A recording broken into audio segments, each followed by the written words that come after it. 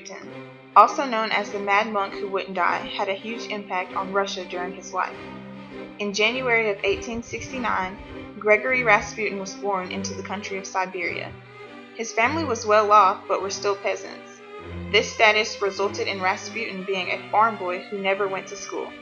He would grow up to work the farm, so education was not seen as a priority. Because he never attended school, there are beliefs that Rasputin may have been illiterate, as were most peasants of Russia. It is also rumored that he was a young troublemaker who was prone to fighting and had spent a few days in jail due to his violent behavior. Rasputin was known to enjoy religion and spent a large amount of his time in monasteries throughout the country. He spent a lot of time seeking out religious advice and pursuing knowledge from holy men about faith and scriptures. This is before he announced that he'd had a vision that he was to become a mystic. Rasputin pursued this vision and was soon known as the Wandering Mystic. He traveled to various places throughout the country to meet new people and teach them faith. His personality was strong and helped convince many people to listen to and believe his teachings. A large population of individuals felt at ease and secure around him, which leads to the story of Rasputin and St. Petersburg. In 1904, the capital of Russia was not excelling.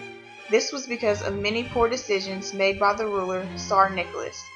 The country was dealing with labor strikes, war, revolutions, and government reform. It was during this time that Rasputin impacted the imperial family through his beliefs and prayers. The current rulers of Russia, Tsar Nicholas and Tsarina Alexandra, were desperate for a son. The couple was seeking out mystics and religious leaders for prayer when Rasputin came along. As a strong believer, Rasputin claimed he could predict the future, heal sickness, and cure unhappiness. Rasputin quickly gained the trust of the Russian rulers. That trust was so strong that when the Tsarina gave birth to a son who suffered from hemophilia, the leaders put Rasputin in charge of nursing him back to health. The healing methods were successful for the young boy, although there were several rumors as to how Rasputin cured the Tsar's son. Many believe that he used mystical powers, others based the healing on his warm personality. To some, hypnosis was also an option.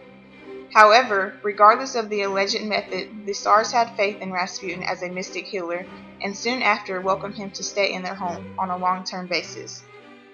The citizens of Russia envied Rasputin's easy access to the Tsar.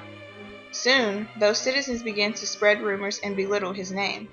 There were accusations that he was associated with a religious group known as the Kailists.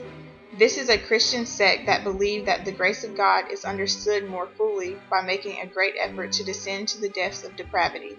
The spread of these rumors put Rasputin's life in turmoil. Eventually, he was seen very negatively, power-hungry, and as a scapegoat for the Tsar's rule. Rasputin had no idea that there were several plotting on his death. He was invited to a formal dinner where he was initially poisoned with cyanide. The amount was massive enough to end his life, but no, he did not die.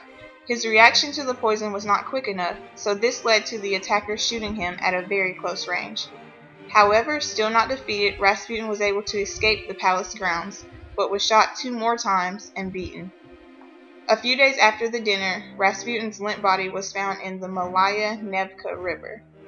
In December of 1916, the great monk was pronounced dead. Though there is much controversy about the actual cause of death, it is agreed that he was murdered to satisfy Russian nobles. They were eager to stop his influence within the imperial family. It is also believed that this group of nobles was led by Prince Felix Yusupov, who was the husband of the Tsar's niece. The story of Rasputin's life and death is heart-yearning. The man was only a peasant who set out to help others through his belief in himself as a mystic. Though Rasputin was successful in his attempt to heal the son of Tsar Nicholas and Tsarina Alexandra, his mystic abilities could have been far more effective if the Russian society had not looked down on him the way that they did. Long live the Mad Monk Who Wouldn't Die, whose history and impact on Russia society lives on.